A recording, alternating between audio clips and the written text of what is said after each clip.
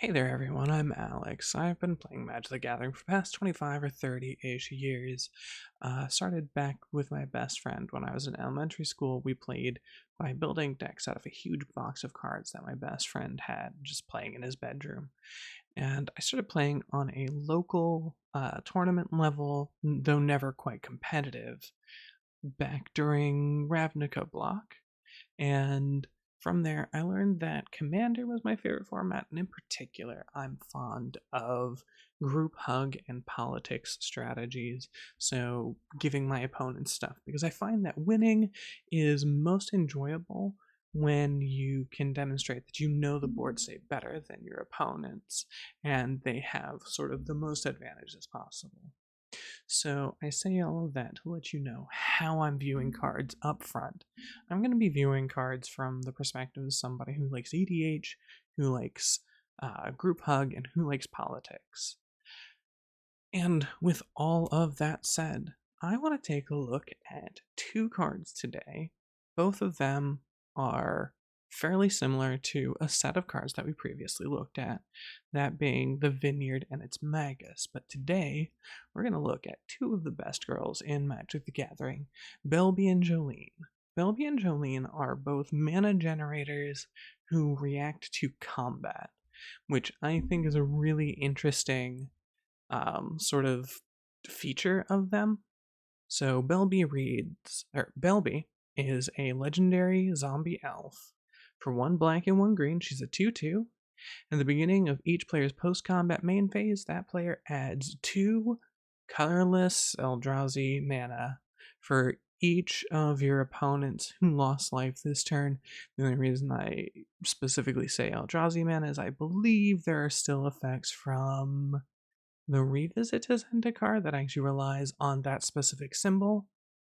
I don't remember exactly. I remember Wastes existed for some reason. And then Jolene the Plunder Queen is a legendary human warrior. She costs 1 green, 1 red, and 2. And she reads, whenever a player attacks one or more of your opponents, that attacking player creates a treasure token. If you would create a treasure of your own, you instead create 1 additional treasure, and then you can sacrifice 5 treasures to give Jolene 5 +1/+1 counters. These are both fairly similar creatures, which is why I want to talk about both of them at once, but they are very distinct in how they operate. For instance, Jolene only ever generates 1 treasure per combat phase. So this is to say that no matter how many opponents, how many creatures attack, Jolene will only ever generate 1 treasure token. This is, of course, unless it's you doing so, in which case she'll generate a second one, but that's not because of her first effect, that is because of her second effect, where she generates the second treasure. Belby, on the other hand, can generate up to the number of opponents you have times 2. So this is during your post-combat main phase, so you have to go into combat first, and then you move into your second main, and if you've dealt damage, it does not have to be combat damage to each opponent. You're going to get 2 mana for each of those opponents that you dealt damage to. Belby is obviously going to be more efficient for generating mana. However, Jolene is still better for generating mana you can kind of hold on to. Unless you have something like Upswell or some lordy, there's an effect, a card that says that when mana drains from your pool, it becomes colorless. I can't remember what that is. I think it might be Crufix. I don't know. It's not Crufix. It's the blue-green god from Theros, I believe. But Belby and Jolene are both fairly decent at getting your opponents to attack one another. I find that this is much more a thing than someone like what is it? Endrick is probably a bit better than Belby and Jolene. Hmm. Gahiji. Gahiji was the other one I was thinking of. Gahiji just gives the attackers +2/+0, And Jolene and Belby, I think, are much better sort of value for your opponents than Gahiji. I really, really like both of these two. They generate so much value for you as a player, and they generate a lot of value for your opponents as well. It makes it very, very easy to convince opponents to attack into one another when their their value is now contingent on hitting people who aren't you. Um, Matter of fact, when it comes right down to it, I would almost argue that Belby and Jolene are better in your deck than the Magus or the Vineyard. So if you are making cuts in your deck, I would suggest cutting cutting the Magus and the Vineyard perhaps before cutting Belby or Jolene. Just because of the like sheer amount of value you can get from these two. Jolene might be edged out by either the Magus or the Vineyard, first off, because they are significantly cheaper. And second, because Jolene, again, only ever generates 1 mana per turn, although that mana does stick around. I think, I think the momentary mana every turn might be stronger, unless you're going for like some big boomy effect.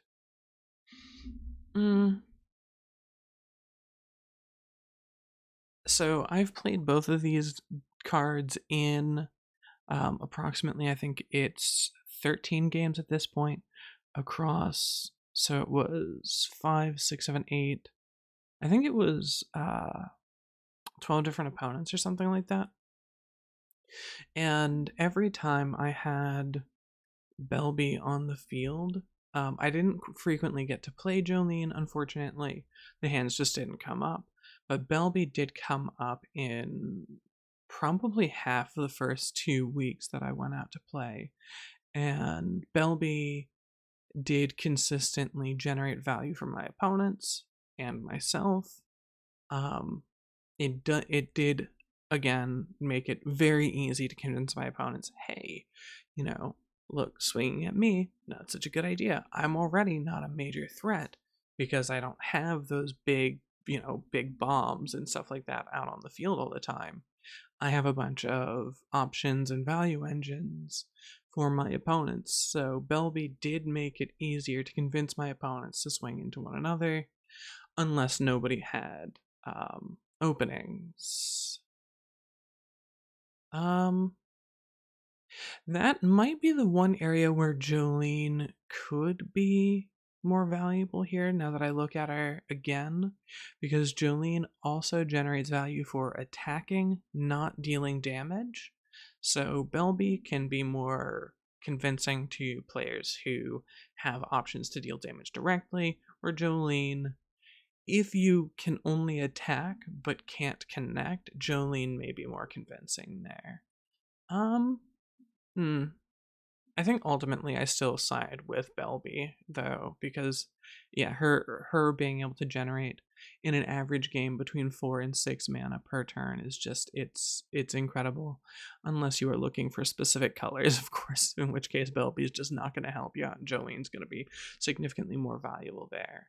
But yeah, that's I think about it for my thoughts on these two.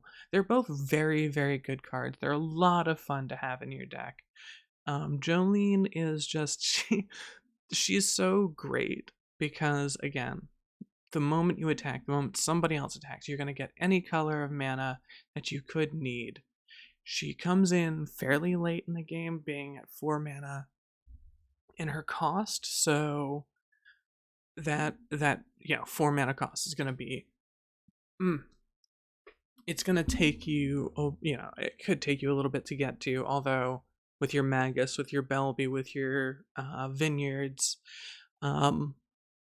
there's plenty of options for the additional mana. Of course, there's soul rings and rocks and all of that, but she's a little bit slower than everybody else when it comes to coming in. Although she creates more sustained value, she'll only ever create 1 point of value per turn. Anyway, hopefully I didn't ramble too much. If you are interested in the perspective of some if you're interested in taking a look at Magic from the perspective of somebody who's interested in EDH, who's interested in politics and group hug styles, hopefully hopefully what I say has some value to you.